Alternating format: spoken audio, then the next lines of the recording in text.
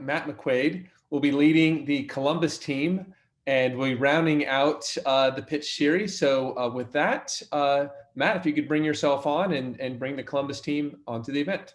Awesome. Thanks, Patrick. So I am Matt McQuaid. I'm with an organization called One Columbus. I am joined by Robert at Drive Capital and Irene at the Columbus Partnership. We are the Columbus team. Before we dive into our pitch, we wanted to get started with a video featuring several of our business, community, and technology leaders talking about why they love Columbus and their thoughts on the region. Now we don't have sound.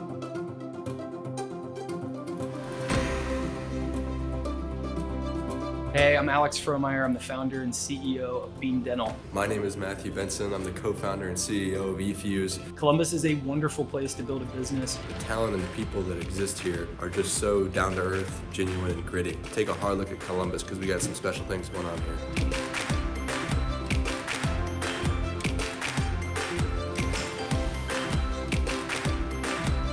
I'm Doug McCullough, CEO of Color Coded Labs. The technology skills market is so hot in Columbus that there are more technology jobs than can be filled by the people who are here. We need all hands on deck. We're bringing people into the industry.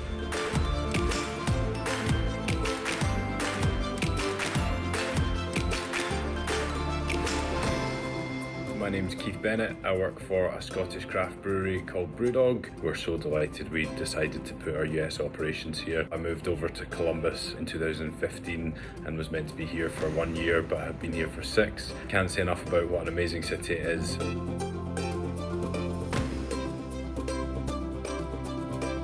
My name is Doug Ullman, and I'm the president and CEO of Pelotonia. Hi, my name is Randy Da Silva, and I'm the co-founder of Forge Biologics. Columbus is so accessible. Columbus is so open and collaborative, and what that leads to is endless opportunity. We have great quality of life that we can build upon and help recruit talent. I can't wait to see what the future holds for Columbus and the broader Central Ohio community.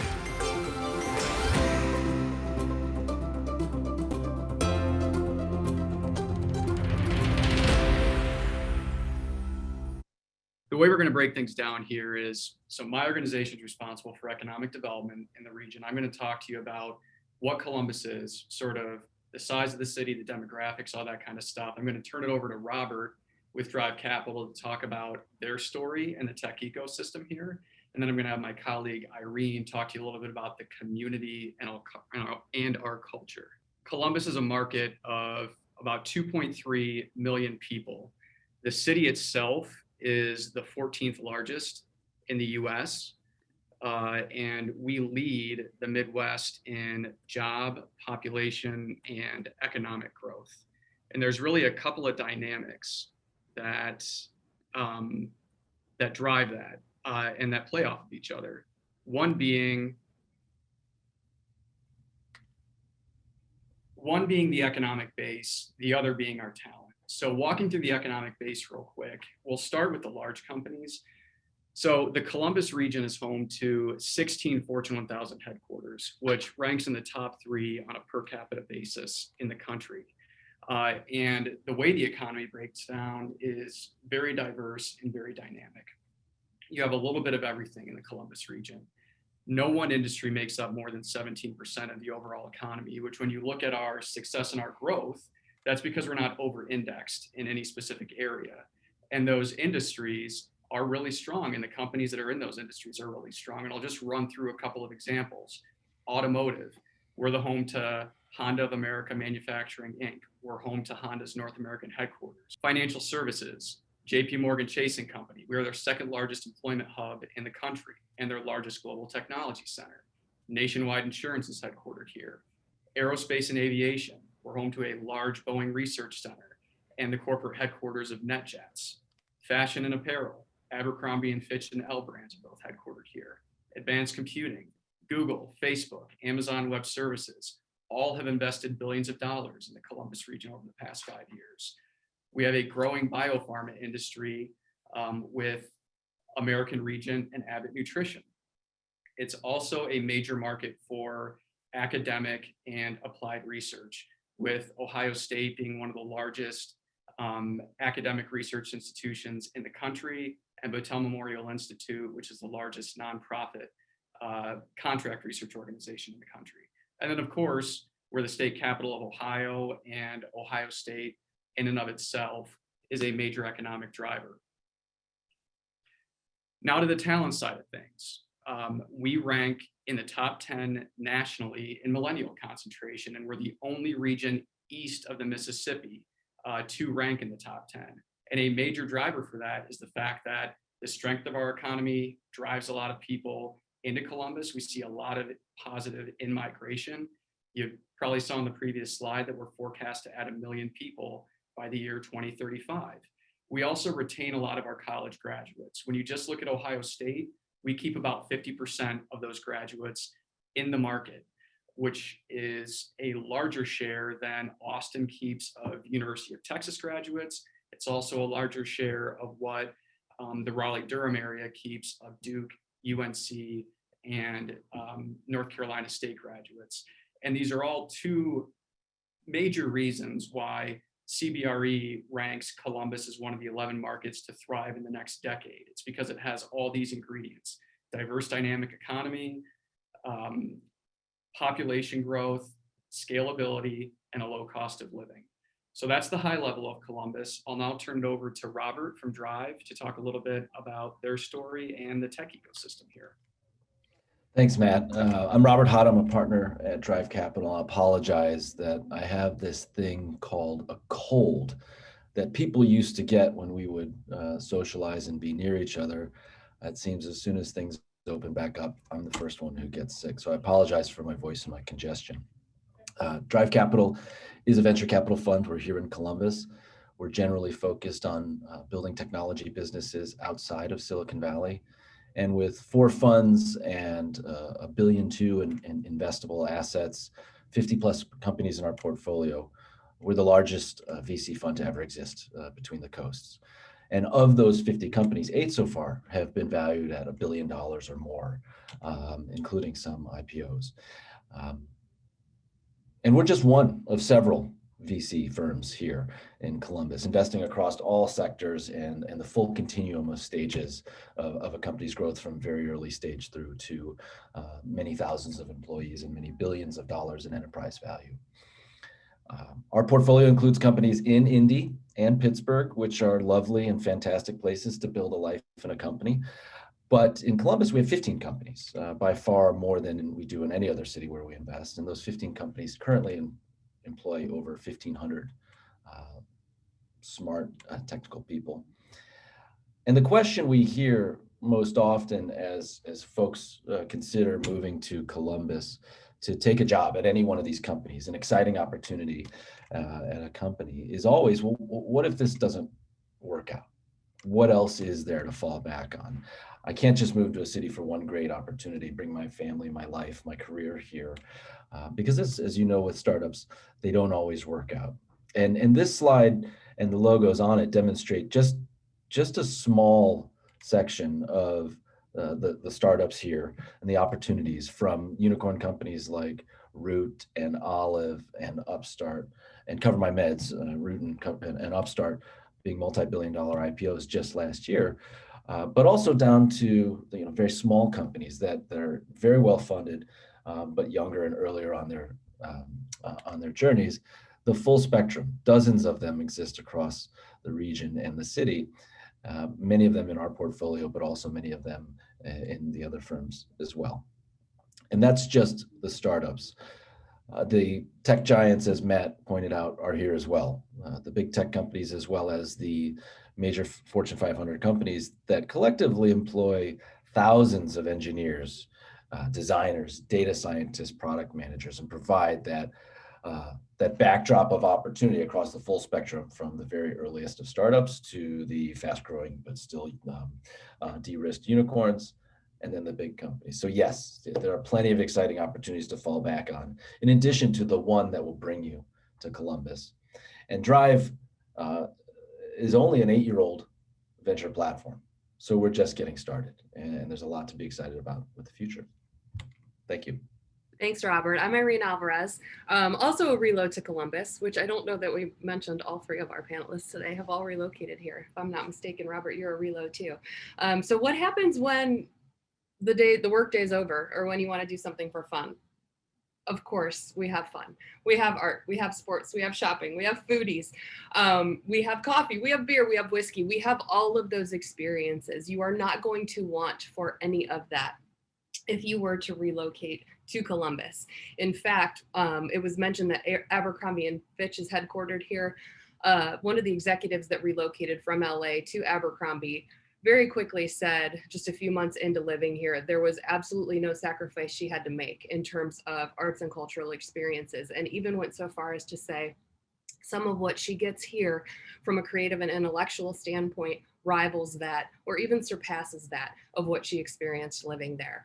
So if you move on to the next slide, I won't go too far into detail. We can share whatever you would like to learn about what there is to do here in Columbus, but suffice it to say, multiple national publications, this is just a few, that have named Columbus a top city to visit.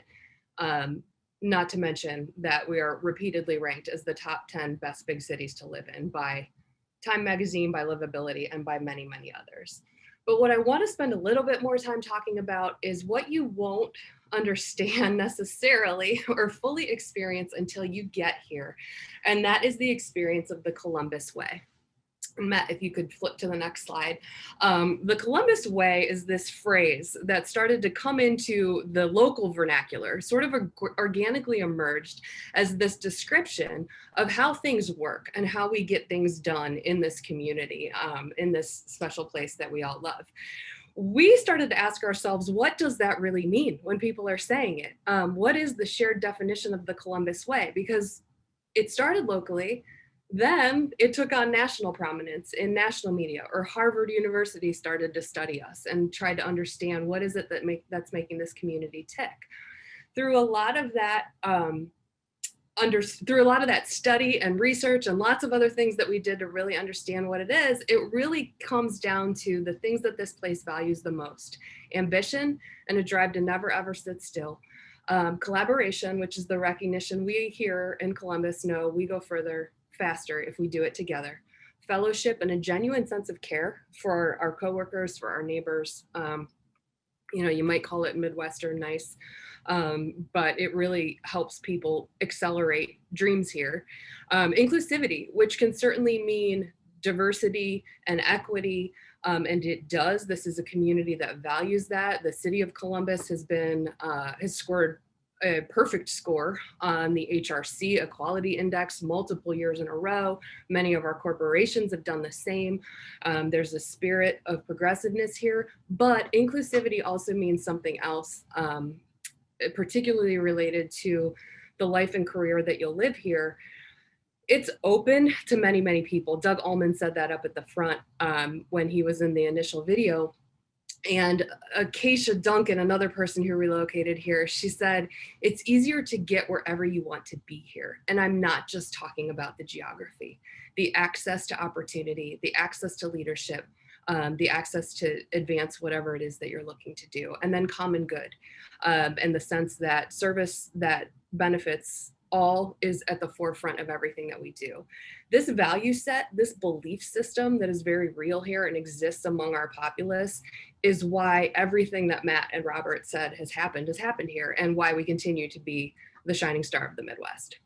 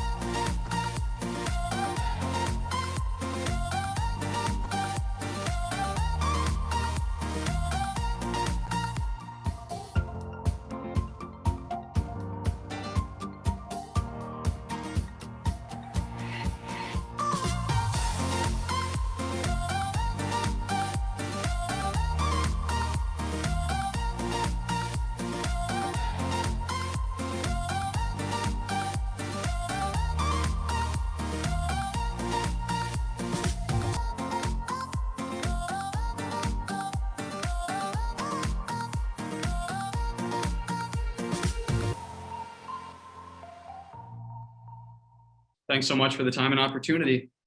Happy to answer any questions. What makes Columbus a smart city? Yeah, absolutely. So a couple of things. I mean, just generally speaking, looking at our level of educational attainment, I mean, it's pretty easy to see with the companies and the way our economy is set up and our graduate retention that we do have high educational attainment. But also, when the U.S. Department of Transportation had the Smart Cities Challenge in 2016, which was an open competition with about 80 applicants to be the federal government's test lab for smart transportation technology, Columbus won and was officially designated the U.S. smart city. And I'll add to that, Matt, one of the reasons Columbus won was very much our focus on equitable outcomes, using technology for good and for shrinking disparities. Any city that's quickly growing at the rate that Columbus is growing also has inequities to reckon with. And Columbus has been very focused on closing those gaps and doing that through smart mobility and other means. Yeah, another question, maybe this one's directed to Robert, do you see a difference in startup founders or ideas or life cycles between companies that are founded in Columbus or even in your investing area versus companies started on the coast or in other kind of more traditional tech hubs? Sure, good question. And I'll start with a little context. I spent a good portion of half my career working for Bay Area tech companies at all stages, inclusive of early days at Netflix and other companies like Apple and Virgin Mobile. And my partners who co-founded Drive were previously investors at Sequoia Capital, so which is widely regarded as the New York Yankees of VC funds. And the short answer is we, in terms of the scope of vision and ambition from the founders we partner with, no different from what we've seen in Silicon Valley across our careers. But I would say there is a very stark difference grounded in the very different environment that's here. It's not an obvious thing to start a company outside of Silicon Valley, really anywhere. It's hard. It's hard to raise money. It's hard to explain to your parents, your significant other, that you're putting everything at risk. And the big tech company, if you work for a tech company, or the big company you're leaving, isn't going to take you back. In Silicon Valley, you get the big tech company job back in a second.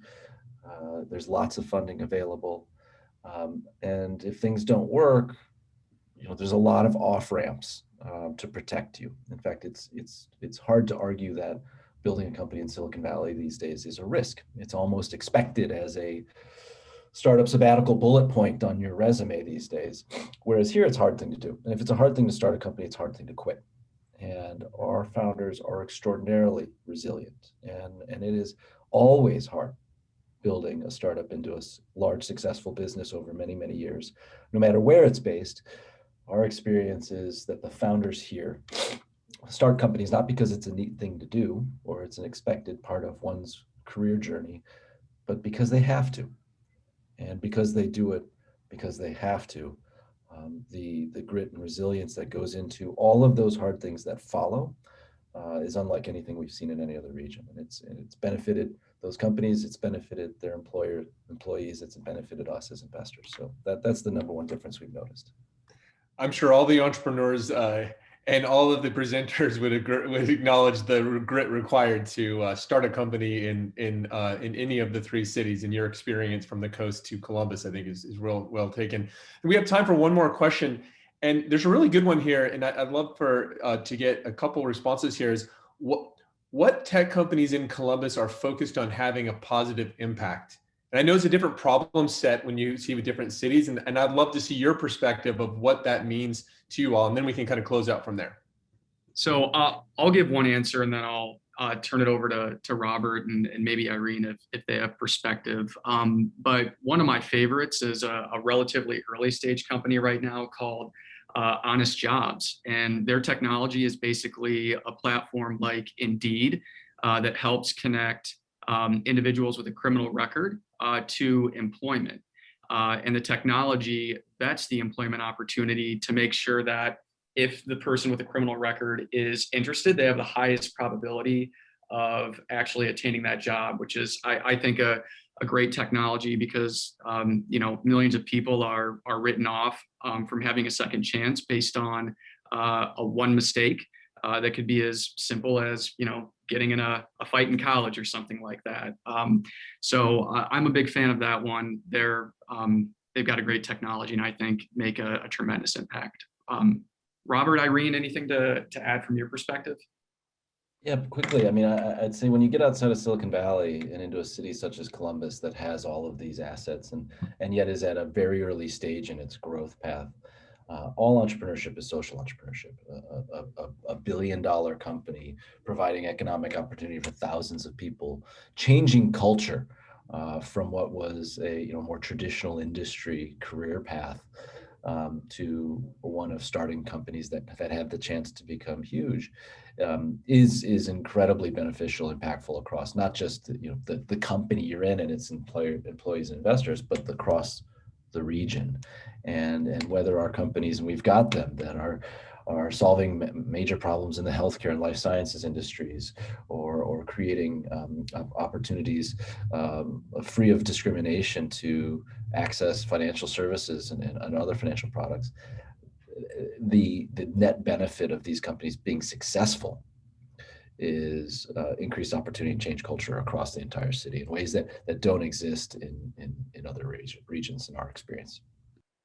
And maybe one more example that came to mind was Azadi, which uses blockchain and e-procurement to increase food accessibility. So different entities that are involved in the food supply chain, but it also includes food banks in particular, and they have a social impact mission tied directly into that. And for anyone interested, there's a local organization here called Social Ventures that focuses specifically on businesses with a non-negotiable social innovation component in their model.